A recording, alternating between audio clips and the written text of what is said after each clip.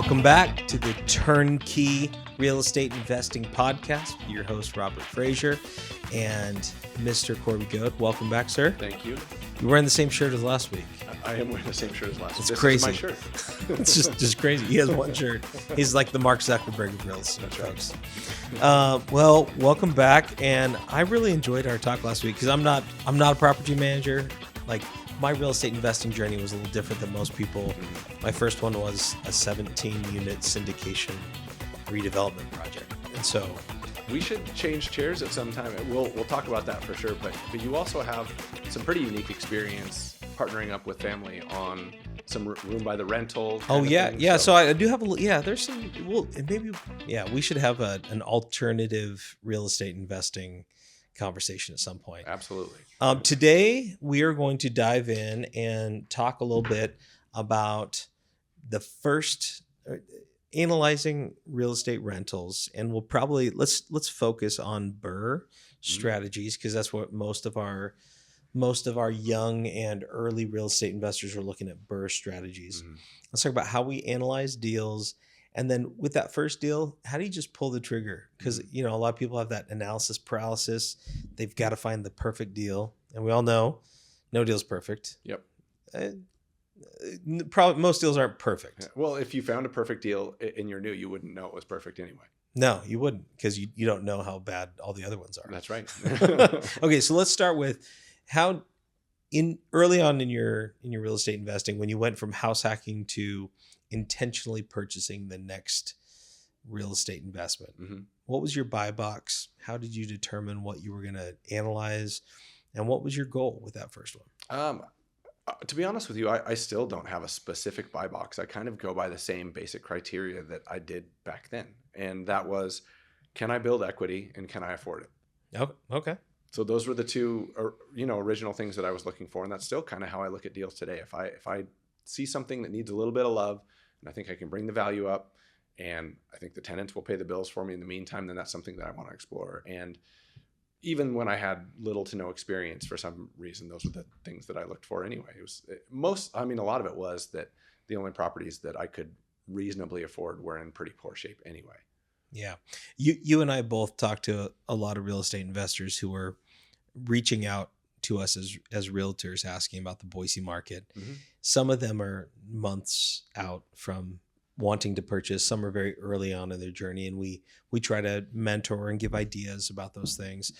I was talking with one lately who had a very particular kind of buy box where he was looking for a return where it was more than a break even on the rent. Mm-hmm. To make sure that they could hit it. He didn't know where his financing was going to come from, and he didn't know if he could manage a fix and flip, like mm-hmm. some sort of a rehab.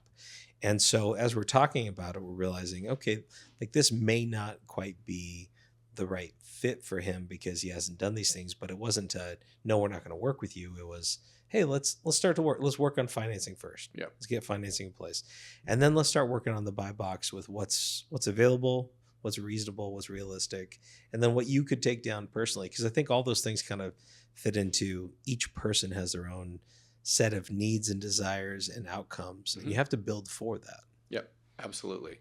And it's really interesting.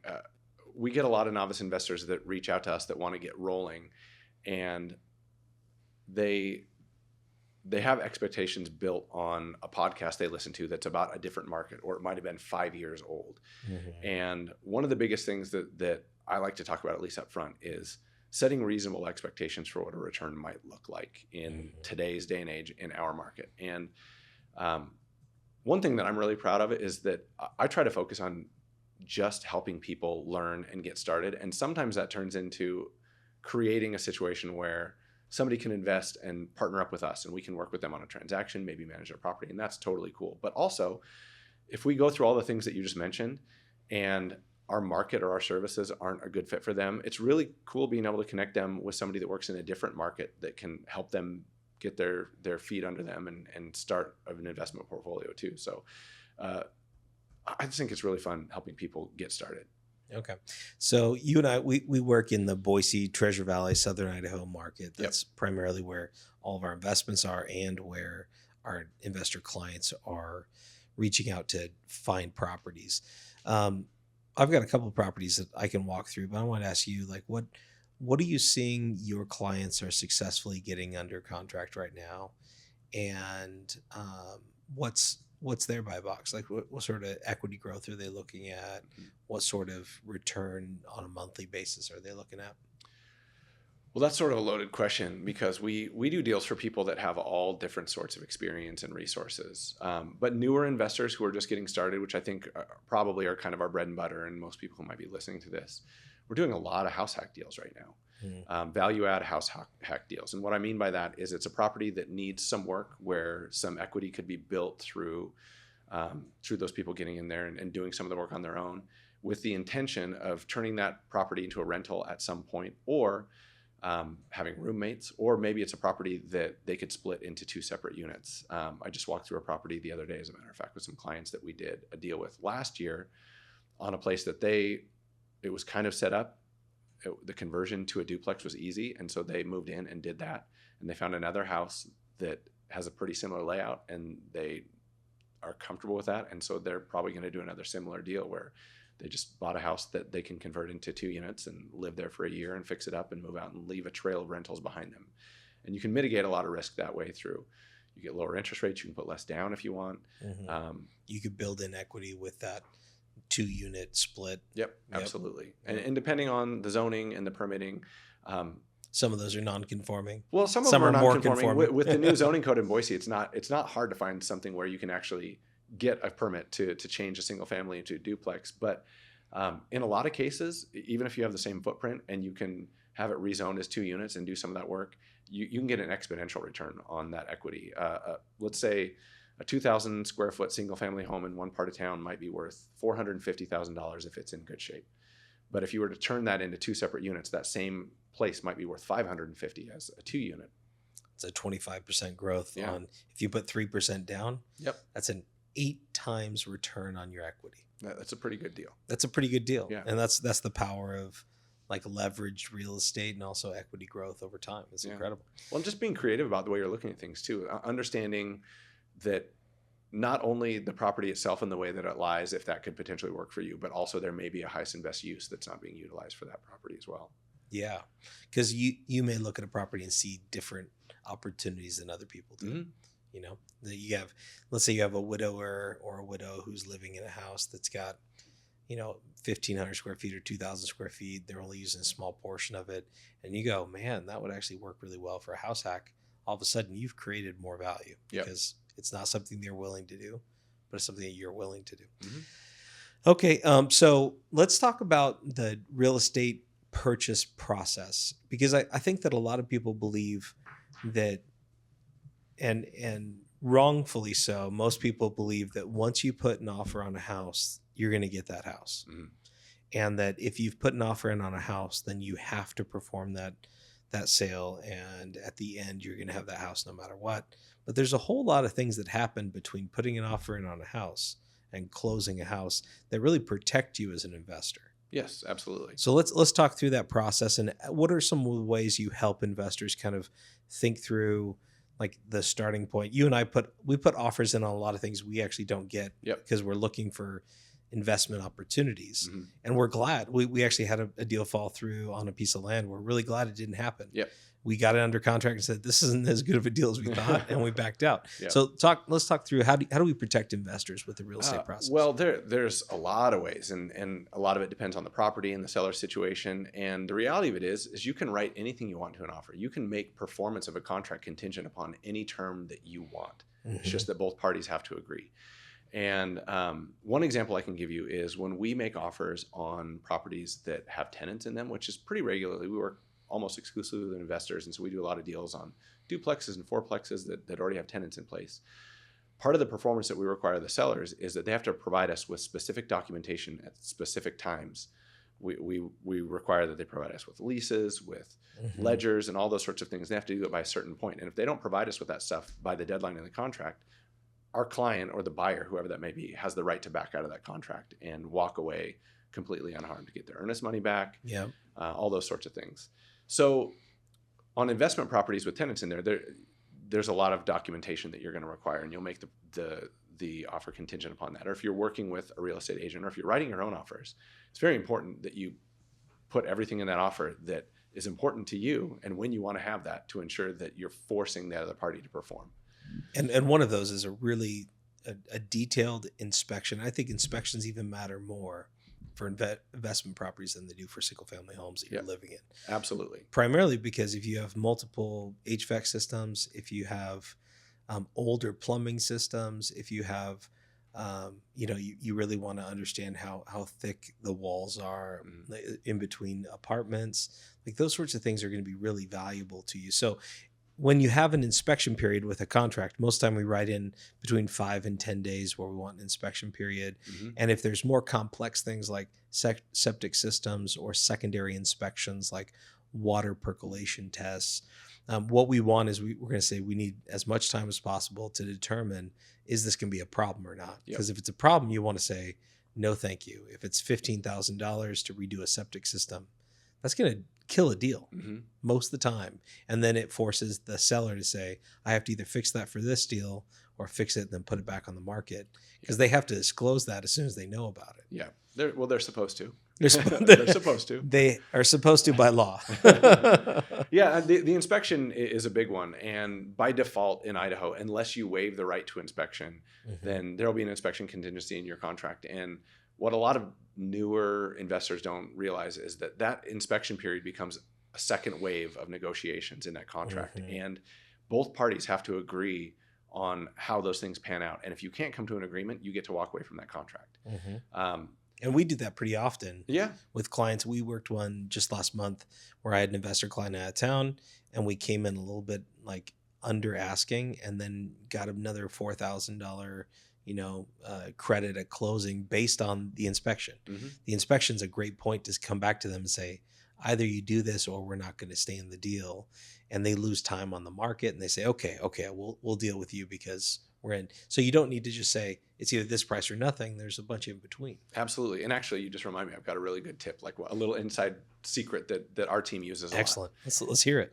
So a lot of novice investors and I would say green real estate agents, they write offers based on condition of the property during their walkthrough.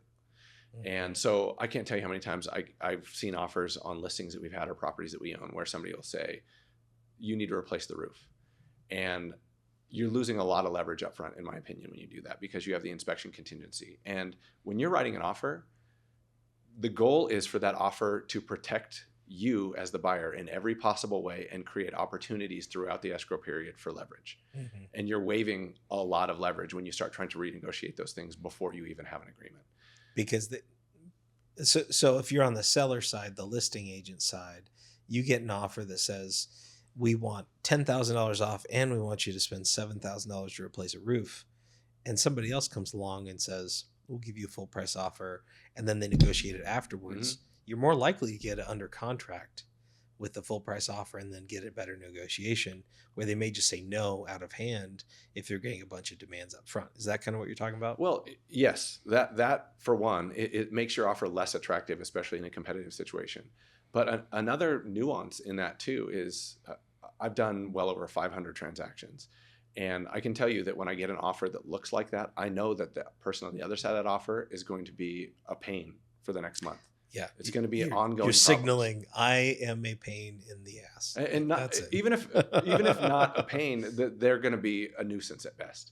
If they're inexperienced, then I know it's going to create stress and additional work for everyone on our side of the transaction, and so that it's a red flag to me. And so if you walk through a house that's a fixer and you're buying it because it's a fixer, you know it needs work. If it needs a new roof, write the offer based on what you think is a fair price that seller is going to accept. And then you negotiate for those things later. Yeah. And if you don't come to a price that you like, you walk away. You get a real detailed inspection report. You clearly lay out, here's what's wrong with the property. Yep. And the way that we price properties is based on, if the house is in good working order, that sets the market rate. Yeah. And then we discount from that point to say, if the deck needs replaced and the roof is 20 years old out of a 30-year roof, Mm-hmm. then you only have 10 years left, and there's a discount for that. It's kind of like you're depreciating it through the negotiation. Yep. But you price it initially at that rate and then discount from it. Mm-hmm. I like that. Yep. There's also, you do not want the person on the other side of the transaction when you're buying, you don't want the seller to do the work on the house. Primarily because if they do, they're going to do the lowest cost way to do it, either themselves or a slipshod contractor will do it. They're going to call around until they get somebody who says, I'll put a roof on that for $4,000. Yeah. And the likelihood is they aren't going to do good work, and they're not going to care about it the same way you are. That's right. Have you seen that? All the time. Actually, I just closed a deal last week where I have these clients that they were great to work with, and they were buying a fixer-upper, and they were planning on going in and repairing a bunch of stuff. And there was a couple repairs that we negotiated in the inspection period. And when we reply to an inspection on the buy side, we make all of the repairs contingent upon, if we're asking a seller to make those repairs, we make it contingent upon all of the contractors being licensed and insured and having the proper specialty. I don't want a plumber putting on a roof. I don't want a handyman installing a bathtub. Although in Idaho, there aren't even licenses for handymen or yeah, contractors. That's right. But you want somebody to have, for the skilled trades, you want the appropriate people. For plumbers, electricians, and HVAC, you want somebody who knows what they're doing. Absolutely. Yeah. So we always write that into our inspection responses. And in this specific case, this buyer client of mine was already planning on doing a bunch of work. They wanted the house. The price was great. They weren't too worried about it, but we just were like, hey, let's see what they'll do. They countered and said that they were going to do that they offered back to do about half of those things, but the homeowner wanted to do it himself. And the agent was really great. She called me and she just said, hey, these guys are down to their last penny. They just bought a new house. They can't afford to do any of these stuff, but their heart's in the right place. They want to do right by these new buyers and provide them with a great place. And so he's going to do some of these repairs himself. Is that okay? So I talked to my client and he was like, yeah, that's fine. Give it a roll. Let's give it a whirl. Yeah. And so see what happens. So I think that the seller's heart was in the right place, but we went and did our final walkthrough the other day, and they were small repairs. So there was a man door in the garage that went to the backyard that they had dogs, and there was a big dog door, a big dog door. I mean, it was probably 30 inches high. They had big dogs. Oh, I mean, it was two adult men could fit through this door at the same time. So that seems like a safety issue to me. So yeah, I think it was a safety issue. So my buyers asked them to replace that door. They said they would. They said they'd do it on their own. To anybody here who's an amateur who's tried to replace a door, it's not an easy thing. That is a skilled labor. Absolutely. Absolutely. So that, and there was a couple of other little things like they had a gas supply for the dryer, but they had been using an electric dryer. And so there was a valve there that was shut off, but it wasn't plugged. And so if that valve fails, you want to plug as a secondary measure for safety. And anyway, so we went to do the final walkthrough, and the new door was installed, but they had just screwed a new slab door onto the existing hinges. It didn't latch shut. The deadbolt didn't work. Yeah, that sounds about right. So they had a door that wouldn't close and wouldn't lock. And so I think most people would agree that that's not really a very useful door. So did you ask for a credit? No, they were going to do a bunch of work in it. They were planning on replacing that door anyway. And he was the guy who bought the house, his best friend was a contractor, a licensed contractor, was going to help him with some stuff. And so they honestly, they just were kind of chuckling about it. And in addition to that, this plug that they were putting into the gas line, they bought a brass plug, which is appropriate for that type of material, and put it in there. But you're supposed to use a special type of sealant on threads for gas lines, and they didn't use that. And so that would have been an ineffective plug there too. So it's important that you have the right people do that work. And as a buyer, if you don't know what you're getting into, that you're controlling those repairs and making sure that they're done properly and to your standards. Yeah. I think that's an important thing to realize when they say, oh, we'll take care of that before closing. Mm-hmm. First of all, if you choose to allow them to do that, that final walkthrough is not just perfunctory. It's not just, let's make sure the house is still standing. Yep. It's, we really need to have that secondary inspection. And then that is an important part, is to say, if at the final walkthrough, you're 2 days from closing, you might have even signed papers already. Mm-hmm. But at that point, you can still pull the plug if there is some issue with the final walkthrough. And I think we feel pretty pot committed. Mm-hmm. Like, you're so far into the process, you feel like, I can't stop it at this point. But that's a leverage point where if they haven't finished the work, you can say, let's reopen this, and I want $1,000 credit at closing now. Mm-hmm. And everyone's gonna be a little frustrated. Yeah. But it is another way for you to say, okay, let's make sure that we're protecting the investment as we go. Yeah. So the boilerplate language in the RE21, which is the purchase and sale agreement in Idaho, it does allow for that final walkthrough if things aren't up to standard or things have changed since the inspection, that you can go back and renegotiate. You can't terminate a contract based on the final walkthrough, but you can go back and renegotiate terms or pricing or repairs based on changes to the condition of the property. Yeah, and you can not close, but you will lose your earnest money. Is kind of what would happen at that point. Yeah, but also you could force the buyer to extend so that they have time to perform those repairs as well. Yeah, so there is Yeah. another period, which is what you learn the more real estate you do, is everything's negotiable on some term. Mm-hmm. And so never feel. A lot of our clients feel like there's a system and there's an efficient system that has to fit just right or it doesn't work. Mm-hmm. The answer is, let's get creative. Yep. As an agent, we love to sit down and go, what's the real problem that we're trying to solve for? And then let's look at all of the range of ways that we could deal with that. Mm-hmm. And let's find the best possible one. Because I think that too often we get stuck in those mental models that say it has to be a house that has a 1% return per month on rent, Mm-hmm. or it has to be a house that is, under 20 years, that doesn't need any real updating on it. And like they get these mental models. Yep. That's not always true. There's lots of ways to create equity and do good things on houses that don't fit. Well, and one of the biggest contingencies that the buyers have, all parties have really, is an appraisal contingency. And people look at that as black and white. And we've done some really interesting things with the appraisal contingency to create leverage for our clients. And I've seen other agents do the same type of stuff. But you can even something like that, people think it appraised or it didn't. But there's a lot of gray area around how you can gain leverage through an appraisal too. And so that just getting creative around everything in that contract in your offer can create opportunity for you. Yeah, so that's another piece of the contract maybe we can talk about, is you can have multiple contingencies on the same contract that says we're going to have an inspection contingency. We're going to have a sale contingency that says I'm not going to buy this house until my house sells. You can have a financing contingency that says if I don't get financing, I can't purchase the house. And then you can also have an appraisal contingency that says the house has to appraise up to the price that we've set. And that appraisal contingency is a little complex, because you're saying I'm going to the bank for a loan. The loan has to come in at or above the purchase price. Mm-hmm. And then let's say it's $300,000 purchase price. The appraisal comes in at $290,000. Mm-hmm. And they say, well, that 3% down or 5% down isn't enough now to meet the FHA or the Idaho Department of Housing loan requirements.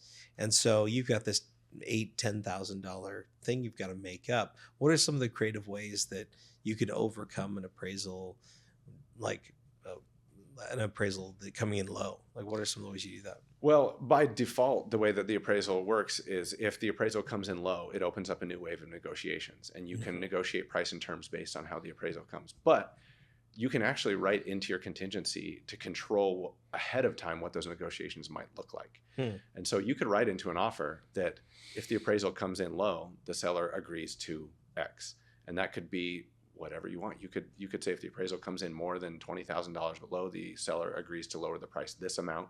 You could say if it comes in low, the buyer will increase their down payment by X dollars, but not by this much. You can make it as creative as you want. But we've done some pretty interesting deals where we limited the seller's leverage up front on what the appraisal looked like, and been able to create all kinds of leverage on the back end for our clients, where an appraisal might have come in low. And a lot of people think, oh, the appraisal came in low, that's a bad deal. Well, if you've designed an appraisal contingency that's in your favor, if the appraisal comes in low, then that could actually make the deal even better. Yeah. A low appraisal is not necessarily a bad thing. A low appraisal sometimes can make a deal even better, depending on how you handle those negotiations and how you prepared for those. Because you're saying it's more valuable to me than it is to the bank, and it's more valuable to me than what they can sell it for. Mm-hmm. Therefore, I'm stepping into at least some personal equity. Like, it's more valuable to me than what they're willing to give an appraisal for. Well, yeah, and the irony behind an appraisal to me is that a lot of people who don't work day to day in our industry, they think an appraisal is the gospel. That's the value of a home. And No. anyone who read an appraisal report, it literally says appraiser's opinion of value. It's somebody's opinion. And the definition of value when it comes to real estate is what someone's willing to pay. And so if you have a contract for $300,000 and an appraisal comes in at $275,000 and you end up just buying the house at $300,000 anyway, You've set the new market. that house is literally worth $300,000. And the irony is if a new appraiser came to appraise the house next door the next day, your $300,000 purchase price of the house next door sets the standard for that neighborhood for value. Mm-hmm. So it's whatever somebody's willing to pay is the actual value, not the appraisal value. And so if the appraisal value is actually what the last person was willing to pay for that's a better description of it. Yeah. But I really revel and enjoy the nuances of the appraisal contingency because I think that there's a lot of missed opportunities in how appraisals roll out, how you negotiate those, that you can create opportunity that a lot of people miss. Well, this has been a fun deep dive because I think that the real estate purchase process is much more complex than most people realize. And there's a lot more opportunity to gain leverage, find deals, and get creative on both the financing side and dealing with structural and issues with the home that need to be addressed that I think make the purchase process more fun. Mm-hmm. It's the most fun you're going to have buying the house. Most of us don't want to sell our investment properties. So the buy part better be the fun part because the rest of it's just, collecting rent and fixing stuff. For sure. So, I like to look at, I understand if somebody is new to investing, maybe the first couple of deals that they have, the escrow period of when you get your offer accepted and you're going through the appraisal and inspection, it could be stressful. But once you get your feet under you and have some experience, we talk about this a lot of time in our team meetings too, is gamifying that process and making it fun. And it can be really fun.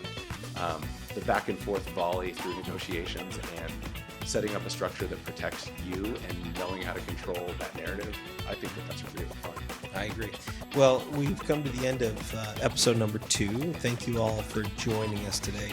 Next time, how about we talk quite a bit about best and highest use? Like how do we approach a property and ask what is the best way to use this property and what's available to us from a zoning perspective all the way down to a usage perspective. Sound good? I think it sounds like a blast. Let's do it. All right, let's do it. See you next time.